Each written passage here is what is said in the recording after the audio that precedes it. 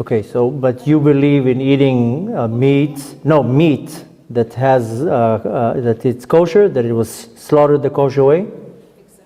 So if I'm now going to come with a cow is kosher, but we'll tell you, this cow was slaughtered the wrong way, or we shot it. Is this kosher for you? No, I keep kosher. No, just, I want to make a point. If you're not going to eat the cow that was not kosher the right way, the Torah tells us how we slaughter the cow. The Torah tells us how we make our wine. The Torah doesn't say anything about anything. The Torah gives you the title, then comes the oral Torah and explains to you. 99% of the mitzvot the Torah tells us to do, it does not give an explanation in the Torah. Then comes the oral Torah and tells you how to do it. And I'll give you the easiest example. Any man in the world, you'll turn to him and tell him, what's the biggest mitzvah a man needs to do? Everybody will tell you, tefillin. Every person gets bar mitzvah, he does tefillin. He will never forget it. There's not one place in the Torah that it says the word tefillin. Why do we put tefillin? How do we know what's tefillin? It says in the Torah, "Vayu le'ot al yadecha." Should be a sign on your hand. How do I know? It's here, it's here, it's here, it's pink, it's yellow, it's black. It doesn't say anywhere. It has to be a box. And I put one here, it says totafot benenecha. Here, a balloon, a cake on my head. Who said it's a black box? The oral Torah comes and explains to us exactly, to the point, how the tefillin has to be done. So when the Torah tells you to eat a kosher animal, you're not going to find anywhere in the Torah that it will explain to you how you have to slaughter the animal. But if, according to the kosher rules, if the animal was not slaughtered the right way, it's not kosher. You can't eat it. It's like eating any unkosher animal. So all the laws, all the descriptions is all in the oral Torah. You're not going to find anything. There are only very few things it says very clearly in the Torah: not to kill, not to steal. Because the Torah wanted to make sure you're not making any mistakes. And even when the Torah says not to steal what? Not to steal from who? When am I not allowed to steal? Maybe on Sundays I'm not allowed to steal. Maybe Mondays it's fine to steal. So even the oral Torah comes and says, you can't steal money. You can't steal an idea. You can't steal time. You know, stealing time is considered stealing. If I now stand in line and then I went in front of somebody, I stole his time. This is, according to the Torah, stealing. So most people will be like, stealing?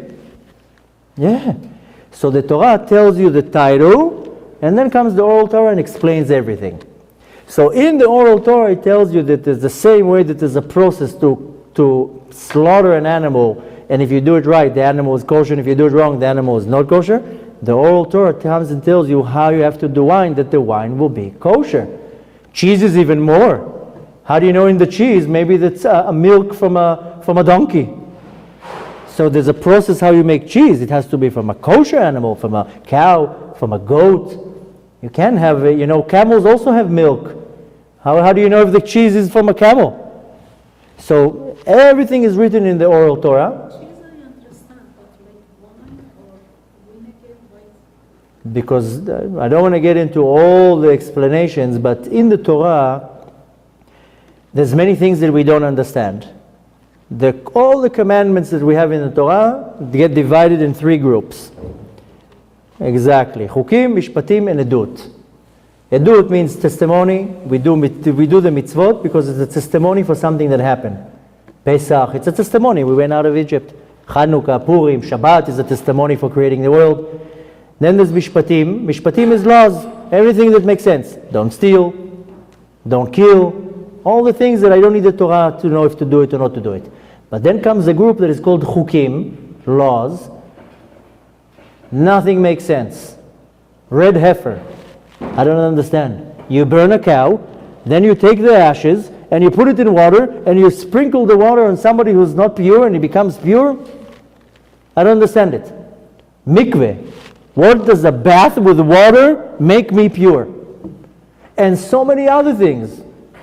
Why do I need to do kiddush on wine on Yom Shabbat? Many mitzvot that we do, there's no common sense. We do it because Hashem told us to do it. There is a mystical explanation why we do it. Now is not the time to explain, but the way you do the wine has both a mystical reason behind it, wine and vinegar. There's also a physical explanation. But when the Torah comes and instructs you on every little thing, the whole concept of this world, if you look at Gan Eden, what did Adam HaRishon eat from? He ate from the tree of knowledge. There's the tree of life and the tree of knowledge. Tree of knowledge is called Etz Hadat. We call it Tov V'Ra, right?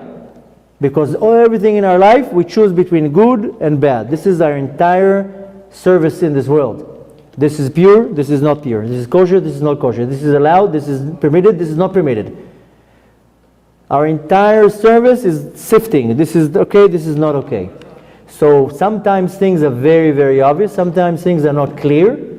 But the reality, and that's what I said before, when you're very, very particular with kosher, it's what goes into your body. Sometimes there's things that the way it's being processed, or the way it's the way to do it, that's what makes it kosher. Why would a animal, a kosher animal, a cow, if I slaughter it with a knife that has a microscopic bump, and I slaughter the animal is taref, it's not kosher to eat. Microscopic bump on the knife.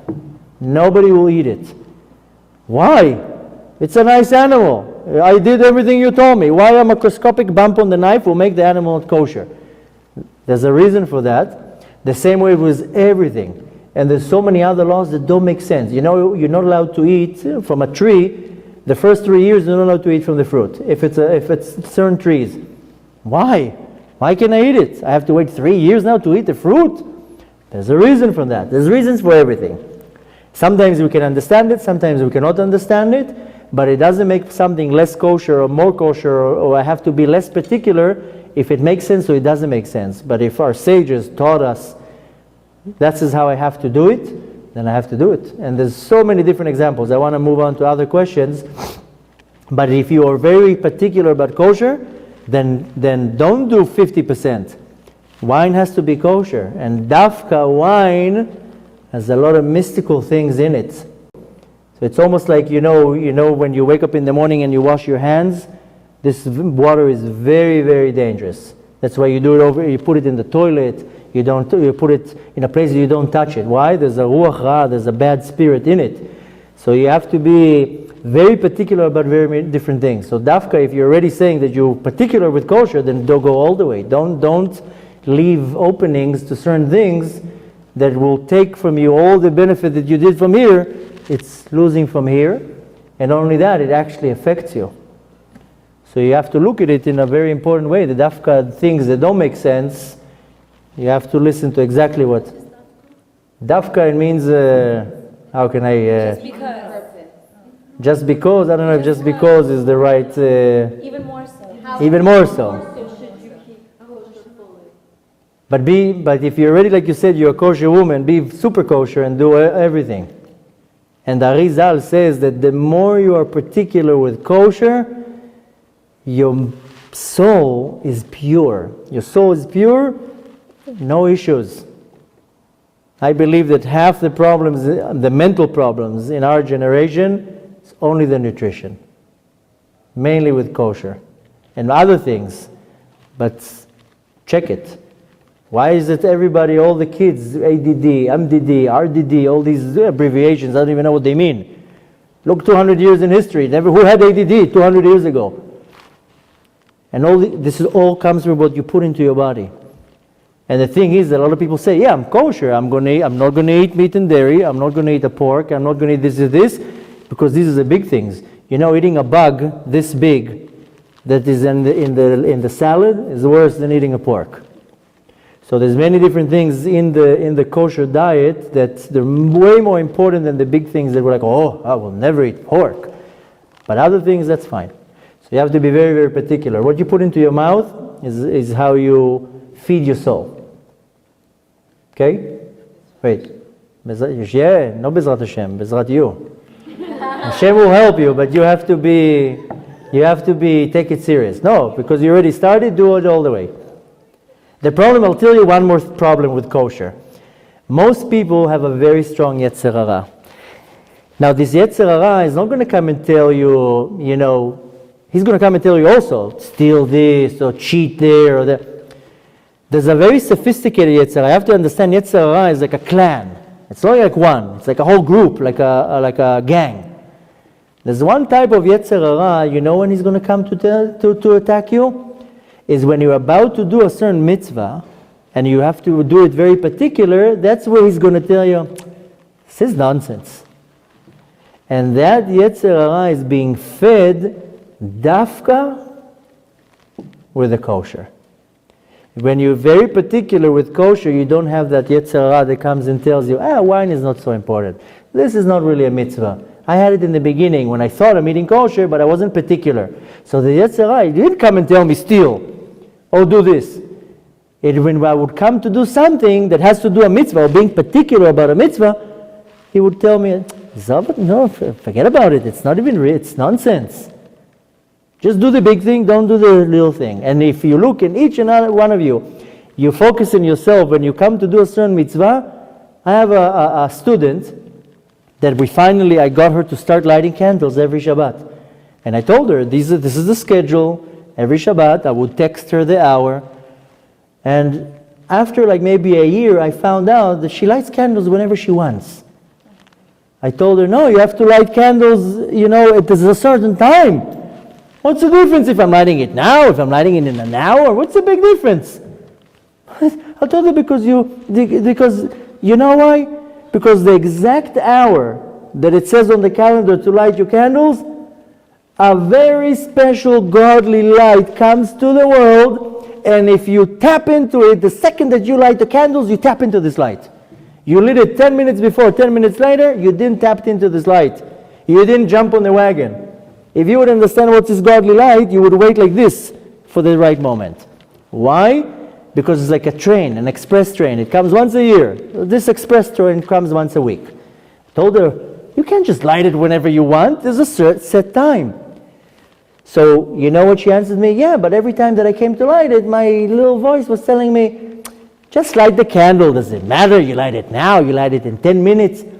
You come to do a certain mitzvah, so this little voice will tell you, don't be so fanatic. Don't be so particular about the details. Just do it, it's fine. And this type of Yetzer Hara, you know how you feed it? When you give him unkosher food. And this is what the Arizal, I'm not making things up. I'm just copying, I'm just talking like a parrot, copying from what I read. I don't make things up. The Arizal says that dafka these things, it's what's going to come to me very silently from here. And when I have to do a certain mitzvah, this is what's going to cool me down from being particular about the mitzvah. And who loses out? I lose out. Because I miss the actual point. So you all have to be very, very particular with kosher. If you want to take something out of tonight, is the diet. I assure you, guarantee, you feel you go particular, very specific and particular with kosher, within a month you're a total different person. Total different person. Try it with your kids. Kids are the ones who it affects them the most. Yeah. So what I mentioned to you before about inspiration, like what keeps you